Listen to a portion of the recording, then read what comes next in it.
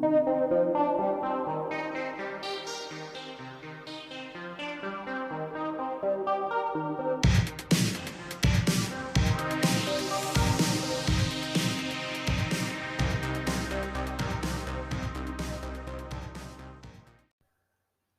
and welcome to episode 18 of the WatchRolling.com podcast, a veteran-owned podcast that focuses on watch collecting with the goal of helping veterans.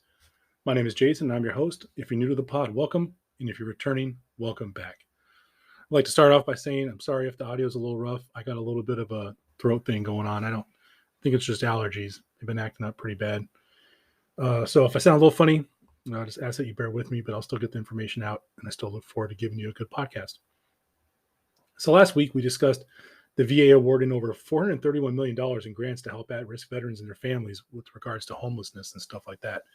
Thought it was a pretty nice initiative. It's an awful lot of money. I hope it goes to the right places and helps some people out. And I also discussed a special series of episodes for the podcast I'm going to do between episodes 20 and 30. And next week's episode will discuss that a little bit too. So just stay tuned. I'm also, again, still the co-host of the Tuesday evening live stream at 7:30 p.m. with Sam from the Casual Watch Reviews YouTube channel. And we also have a 4:30 p.m. Eastern Standard Time live stream on Sundays, and that's a Sunday social. We're going to be doing those for the immediate future, hopefully for a while. And the Tuesday one's a little more structured. We like to offer some topics that help out people and inform them, sometimes get people on to talk about their watch brands or stuff that they're doing. And Sundays are more of a social event. Sometimes we have on other people and we just, shoot stuff about watches. It's pretty fun. I'll include a link to the live stream in the show notes. So starting with this week, there are going to be ads. I'm going to use the Anchor FM ads in the podcast, and I'd like to explain why. The ultimate goal of this podcast has always been to be able to provide some help to the Veterans Watchmakers Initiative. I covered them in the first episode of the podcast. I have a whole blog post about them. For those of you that are new listeners, I'll paraphrase it really quickly. They are a school that teaches disabled veterans the art of watchmaking. And I mean watchmaking, not putting watches together, but actual watchmaking. They have a couple of different courses that range in length based on difficulty of the course. They help with interning and giving them work in the service center upon graduation and try to line them up jobs. That is very much paraphrased. I discussed it a little bit on this past Tuesday evening's live stream, which I'll link in the show notes. And it talks about the school. It's an awesome school. And I've always wanted to be able to help out. So if I get a little ad revenue money, a portion of it's going to go to the school. Last year, I donated some of my own money to the school because I hadn't made any money yet. And if I don't make any money this year, I'll donate some of my own money. But it'd be nice to get some ad revenue and to be able to help provide some more to the school. And then honestly, some of it I would use to I'm still saving up for a computer tower to get one of those. And hopefully one day transition to video, because I feel a lot of this veteran related stuff, especially if I could share my screen in the video and show how to navigate through some of the websites, the ones that don't require access. If you have to have, veterans access, I might have to find a different way to do that because I don't want to make that open to the general public, but we'll figure that out. But that's the reason why I'm going to have ads. If you don't like it, I understand. But I ask that you just work with me on that because the goal is, again, to donate some money to the Veterans Watchmakers Initiative out of Odessa, Delaware. Check them out. This week's episode is sponsored by Mushi Watch Straps. Mushi Watch Straps is a veteran-owned business that provides well-built and fairly priced NATO straps, two-piece straps, leather and canvas straps, as well as watch tools, accessories, and storage. I love their canvas watch rolls, suede line, super nice. You can put 4 watches in there, up to 56 millimeters, and which is a big watch. So, I mean, if you got a watch that big, you can store it. I use them for straps and other stuff like that, but they're awesome. Feel free to use the code VET10 at checkout. That's Victor Echo Tango 10 at checkout for 10% off your entire order. And I'll include the link to Mushi Watch Straps in the show notes. They can be found at www.mushiwatchstraps.com. So this week, we're going to discuss the VA's Directory of Veteran Service Organizations. And something kind of funny happened when I was doing the research, and I'll tell you about that. And then I also discuss 3 watch-related resources that I feel that all new watch collectors should check out. So pretty good stuff. So with the veteran-related news. So what is a veteran service organization? Well, I think the better question is what is an accredited representative? So if any of you have veterans in your family or you are a veteran and you haven't started like the VL claims, disability claims process, it can be pretty daunting and it can be pretty lengthy. But there are people that are allowed to represent you. They're allowed, and I'm going to again paraphrase. It's my favorite statement, I guess, lately. But a veteran service organization, an accredited representative, can actually help compile all your evidence in order to put in a disability claim to help you get disability commensurate with, or compensation for disability commensurate with your injuries or disabilities. Now, according to the VA, because I feel like if you're going to know the rules, you should always go to the source.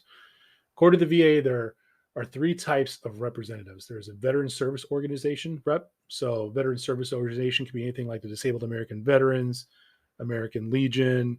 It could be the Veterans of Foreign War, stuff like that. They have representatives that are trained and qualified in order to help you out. You can also use accredited attorneys and accredited agents. And I'll explain what each one of these means in a little bit. But the reason I'm discussing this is because the VA actually has a list of where they explain what accreditation means. They have an area to do like a full search engine to search for accredited people based on location and stuff, but I'll catch that in a second. And they did have a PDF of identified ones by state that I saved the link to that now doesn't work. So maybe they're updating or something. But let's talk about a little bit more about what an accredited rep is, and then we'll keep it moving. The VA's Office of General Counsel is responsible for making those determinations too, just so you know. So, they set the rules, and then they basically go out and, judge by the rules. And from my experience has been, whoever you have represent you can be pretty serious. I know people who have had attorneys. I know people who have had agents, and some people have had to go to court for this stuff in order to get their disability claim taken a look at. So it's kind of important. We talked again about, they can help you with your benefits. It's not just getting the compensation. They can also help you with your education benefits. That Veteran Readiness and Employment program we talked about before, home loans, life insurance, pension, healthcare, and burial benefits. You'd be surprised. Like, there are some veterans that are older that don't really have access to computers or super computer savvy. So doing some of the stuff online could be a problem for them. If they go to a veteran service organization, then those people can help them, submit their claim. Maybe they want to get a home loan, use their VA home loan, or they want to use their GI Bill that they never touched or something. So that's what these people are there for. And it's usually for the initial benefit claims. I know a lot of the ones that are good VSOs, they follow up. They tell you this is where it's at in the process, if they know where it's at. If you need some more information, they'll tell you about that. They can also do stuff like, you're talking about some places they'll help transport you to and from your VA medical appointments. If you have some kind of disaster relief funds you need to get, or grants, a lot of the big veteran service organizations lobby Congress on behalf of the veterans, looking for resources and, help stuff get passed in bills and laws. So the VSOs aren't just sitting there helping you put together your claim. They do a lot more. And then the attorneys and agents, they perform most of the rep work based on the initial decision of the claimant's claim. So say something comes back and it's it's less than what you thought. I apologize for the cough. It's less than what you thought. They can help you through litigation in order to get more than you were originally awarded if you warrant more. So, and that's a whole legal process. I know some people have done that and have had good experiences with it, because you never know, someone could have missed something, and they help you not miss it there when you go to court. Now, there is one section of the VA where they have an accreditation search, and you can search. Oh, it's actually pretty sweet. You can search for an attorney, a claims agent, or a VSO rep. You can use last name, first name criteria, city, state, postal code. If you want to search just the full VSO, you can search by city and state postal code, and it'll give you results. And then you can download the list. So once you search it, there's a download button to where you can download it. Now, I know most people know the big names of VSOs with reps, but it's kind of interesting to take a look at what's in your state. So when I look at mine, I just hit the search for my state, and there's literally 12 in my state. And there's a couple of them that I have never even heard of. One of them is Veterans of World War I of the USA. So, I know that's kind of a little bit old, but that's interesting. And there's a bunch that you've heard of. There's usually always one for your state. So I just invite you to go check out the accreditation page. I'll put the link in the show notes, and then check out the accredited VSO search results, or search for an agent, an attorney, or a VSO. and I think you would find some interesting stuff. And I'm also going to include the link for the Office of General Counsel. This basically lays out all the rules that the accredited people have to follow. So just in case you run across someone that might be a little suspect or something, you have an idea of what the VA is using to vet them. And I think that's important too. It's always better to be informed as much as you can before you go in. All right, so in watch related news, I wanted to discuss 3 resources that I feel every new watch collector should use. And they're ones that I probably could have had a list of 10, but I want to make content later in the future. So, I'll just do 3 because I feel like I could get quite a few words out of these 3 resources. And the first one is, there is a video series on Long Island Watch called the Watch and Learn video series. Now, the gentleman that runs Long Island Watch, his name is Mark. He was an aerospace engineer for a long time. So he's worked in and around the military. And Mark's story you can find on one of his videos on his channel. I remember right, his father owned some hardware businesses in New York City. He went and became an engineer, but his dad had a love of watches. He always had a love of watches. He started a eBay watch store like way back, and I think 2003 is what he said. And then, like most of us, he got tired of eBay gouging him, so he started what I read and watched was the first online watch store in the United States that was an authorized retailer for a couple of brands starting out. And that has since grown into this large online store, Long Island Watch. Great customer service, great selection, tons of brands to choose from where he's an authorized dealer. And I can't stress the customer. I've bought a couple of things from Long Island Watch, but they're not endorsing this or any of that stuff. Just great customer service. But the best thing about Mark's channel is, and obviously he talks about watches that are in the store, but he has a whole series of videos called Watch and Learn. And I refer anyone that gets into the watch hobby to this video series because there's 85 videos by the right-handed column scroll thing. It says 86, but I think maybe something got misnumbered somewhere. But 85 videos. And I picked some of my favorite ones just to kind of tell you what you can expect when you go in there. And they're real simple.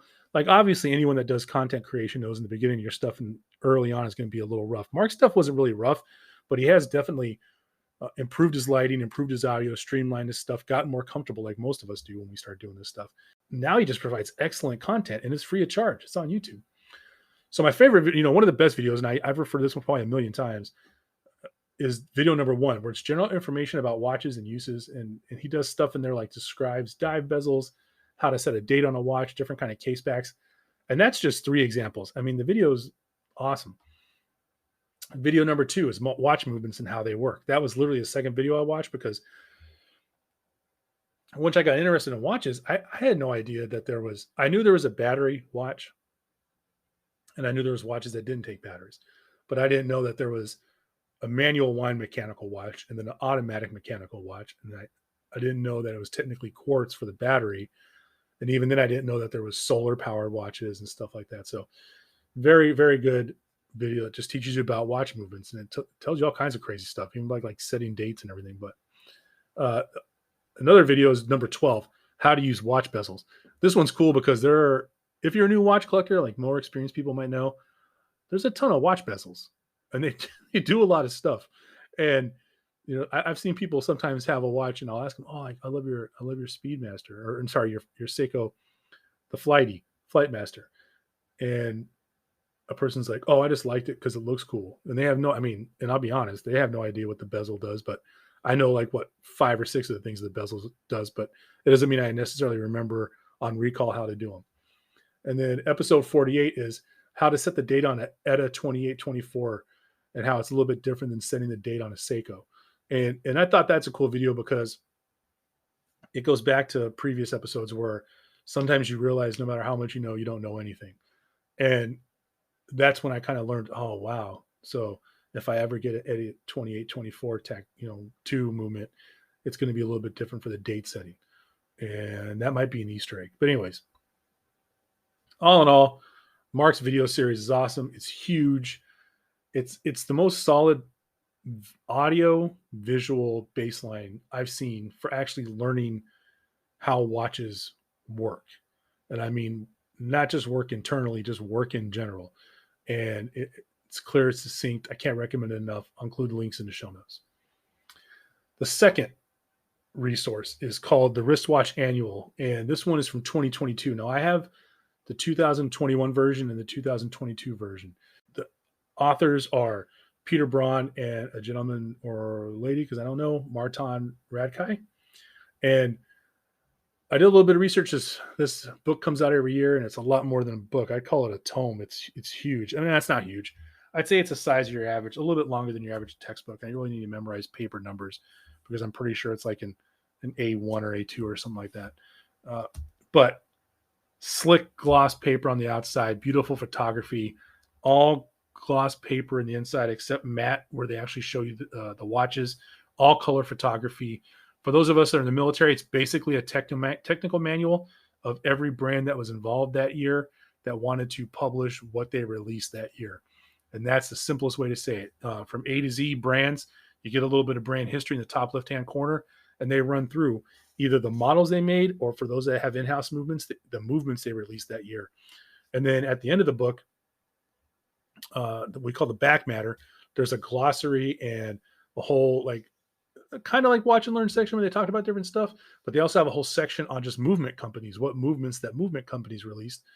And in the front matter, I kind of went backwards, but in the front matter, they have some cool, I would say, watch enthusiast stuff where there's techniques that they do for like finishing, techniques for dials and stuff like that. Just cool, I call art stuff. And then it gets right into the A to B alphabetical order of watch brands. And I mean,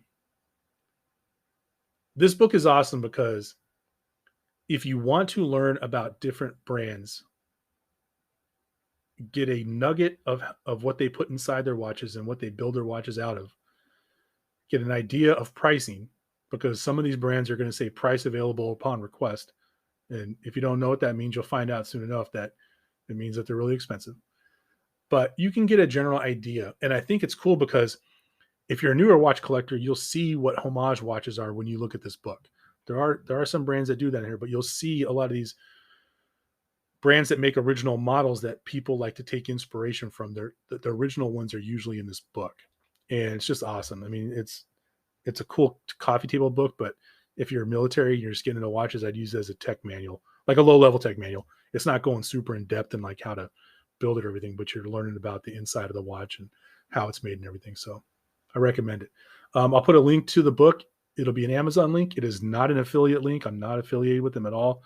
I just think it's a cool book. It's like $37. You can keep it around, and it's pretty sweet. And the third resource is a channel called Watchbox with Tim Masso on YouTube channel. So for all you established people, I know you know this channel, but I think this is a great resource for newer watch collectors.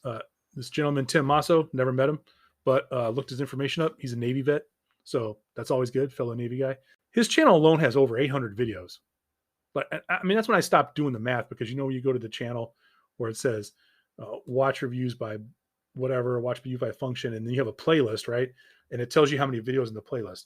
So it'll make some people upset, but there are literally 927 Rolex watch reviews in this channel. Just Rolex.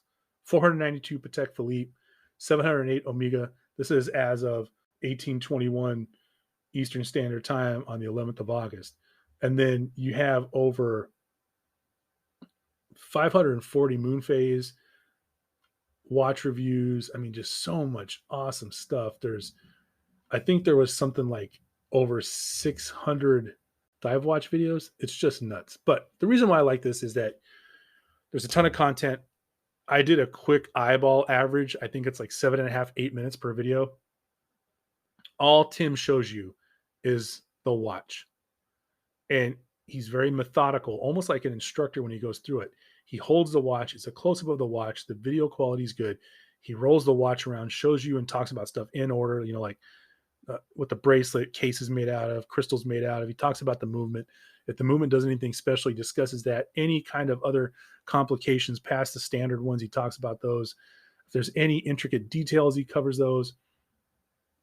And it's just awesome. Awesome short little videos.